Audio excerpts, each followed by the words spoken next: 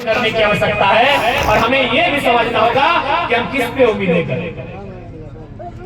जिसको रखवाली का जिम्मा मिला है, जो हमारी रखवाली का जिम्मेदार है, जो हमारे पहरेदार हैं, अगर वो हमारी पहरेदारी नहीं कर पा रहे या फिर उनकी सुनी नहीं जा रही है, इस राज्य में मुख्यमंत्री की नहीं सुनी जा रही है, तो आम व्यक्ति की कितनी सुनी जा रही है। इसलिए आप लाता है और ये विस्थापितों को तय करना होगा कि विस्थापन की लड़ाई को नए सिरे से और कितनी ताकत के साथ लड़ना है, यह विस्थापितों को तय करना होगा। क्योंकि मुख्यमंत्री की ये लोग नहीं सुन रहे।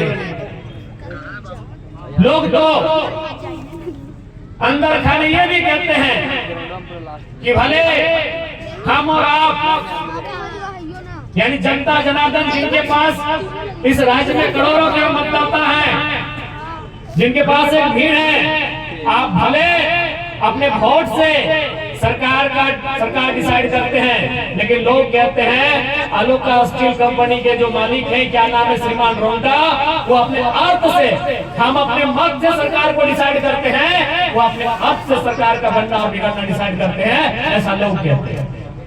अर्थ यानी पैसा, यानी करोड़ों लोग जो वोट देकर सरकार बनाते हैं, 2-4 लोग। रोंटा जी के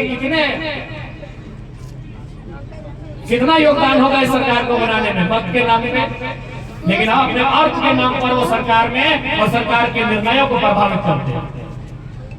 हमने वो भारत, वो राज्य हमने बना लिया है कि अब लोकतांत्रिक भारत में, लोकतांत्रिक इस राज्य में मत से नहीं, लोगों के मत से नहीं, कुछ लोगों के अर्थ से डिसाइड होगा इस राज्य को हम कहां लेकर जाएंगे।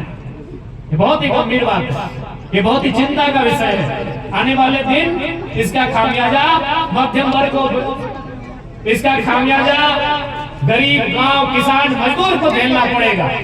इसलिए अभी समय है, अभी कम से कम हम बोल पा रहे हैं, अभी कम से कम सही को सही, गलत को गलत कहने का हम साहस रख पा रहे हैं। इसलिए हम लोग स्पष्ट कहना चाहेंगे, जेल कैंप का उपज ही आंदोलन के माध्यम से हुआ है और विस्थापितों के मामले में अगर सबसे मुखर कोई रहा है तो जेल कैंप रहा है। हम लोग आगे भी अग्रिम पंक्ति में खड़े होकर विस्थापितों की लड़ाई को लड़ेंगे, बशर्ते आपका सहयोग, आपका साथ होना चाहिए।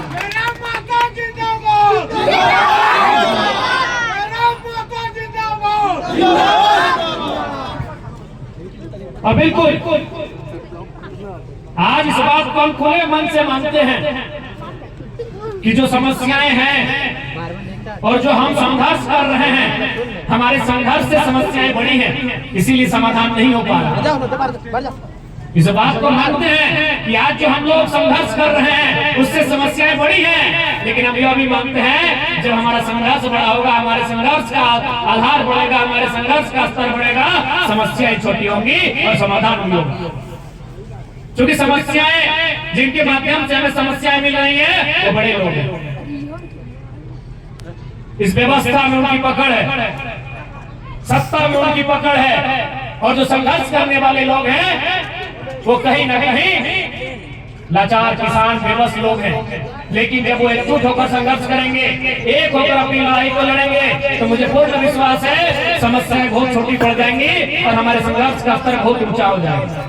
और आज हर एक विस्थापित क्षेत्र को यह तय करना होगा, हर एक गांव को यह तय करना होगा, हर एक किसान को यह तय करना होगा कि आज संघर्ष की लड़ाई को एकजुटता से वो धार देनी है कि समस्याएं हमारे सामने आकर बोनी पड़ जाए, ये हमें तय करना होगा। आज ठाकुर जिंदाबाद। और आज 1 साल बीत गया है, विधायक बना हुआ हमारा 1 साल हुआ है, लेकिन कभी भी उन 1 सालों में 1 घंटा बैठकर अपने बारे सोच नहीं पाए। आपके कैमरे में हमारी तस्वीर बिल्कुल साफ आ रही होगी। अल्ट्रा 24 का भी मोबाइल होगा आपके पास, 17 iPhone 17 होगा। आप जूम करके दूर से देख सकते हैं हमारे चेहरे की हालत, हमारे कपड़ों की हालत को, हमारे पोशाक को, हमारे परिधान को, हमारे पूरे होलिये को आप जूम करके देख सकते हैं। विधायक ऐसा नहीं होता, इस बात को मानना होगा। इन 25 सालों में कई विधायक आए, और आने वाले दिनों में कई विधायक आएंगे, लेकिन जयराम महतो ने विधायकी का जो लेवल जनता के बीच ले जाकर दिखाया है, बताइए इससे पहले क्या ये स्तर था विधायकी का? इतने सुलभ जनता के लिए कोई था? आपने देखा होगा कई लोग आए, उन्होंने हमारे कंधों पे कंधे तक में हाथ रखा। हमें कई लोग पीछे से बोले कि भाई कंधे पे, हम बोले इन्होंने कभी तक ये अनुभव नहीं किया कि विधायक से मिल रहे हैं, वो एक अनुभव कर रहे हैं, वो अपने घर के एक बेटे से मिल रहे हैं, एक भाई से मिल रहे हैं। आज ही जब घर से हम सुबह ही निकले, लगभग 9 बजे हम लोग घर से निकले। धनबाद में भी एक विस्थापन का समस्या था, वहाँ भी कल महिलाओं से लाठीचार्ज हुआ था। हम सुबह 9 बजे वहाँ निकले, सिर्फ पुला की ओर निकले। रास्ते में बोकारो जो आपका फोरलेन है, वहाँ एक हमारी पार्टी की दीदी रहती है, उनको फोन किए कि हम लोग उसी रास्ते से जाएंगे, खाना बना के रख दीजिए। ये हमारी दिनचर्या, जिस रास्ते से हम लोग गुजरते हैं, अगर किन्हीं का घर रोड के किनारे है तो उनको फोन कर देते हैं कि खाना बना के रख दीजिएगा। यानी आज हम लोग के पास जनता की समस्याओं के लिए लड़ते लड़ते इतना समय नहीं है कि हम लोग अपने घर जा सके भोजन करने का। क्योंकि हमें लगता है कि अभी समय है इस राज्य के लिए कुछ करने का। आज अगर इस राज्य के लिए कुछ नहीं किया जाए, आज अगर इन लोगों के लिए कुछ नहीं किया जाए, तो आने वाला समय शायद कुछ बचेगा भी नहीं हमारे लिए। आज ये परिस्थितियां हैं हमारे राज्य। आज विस्थापितों ने इस राज्य को सजाने के लिए, इस राज्य को संवारने के लिए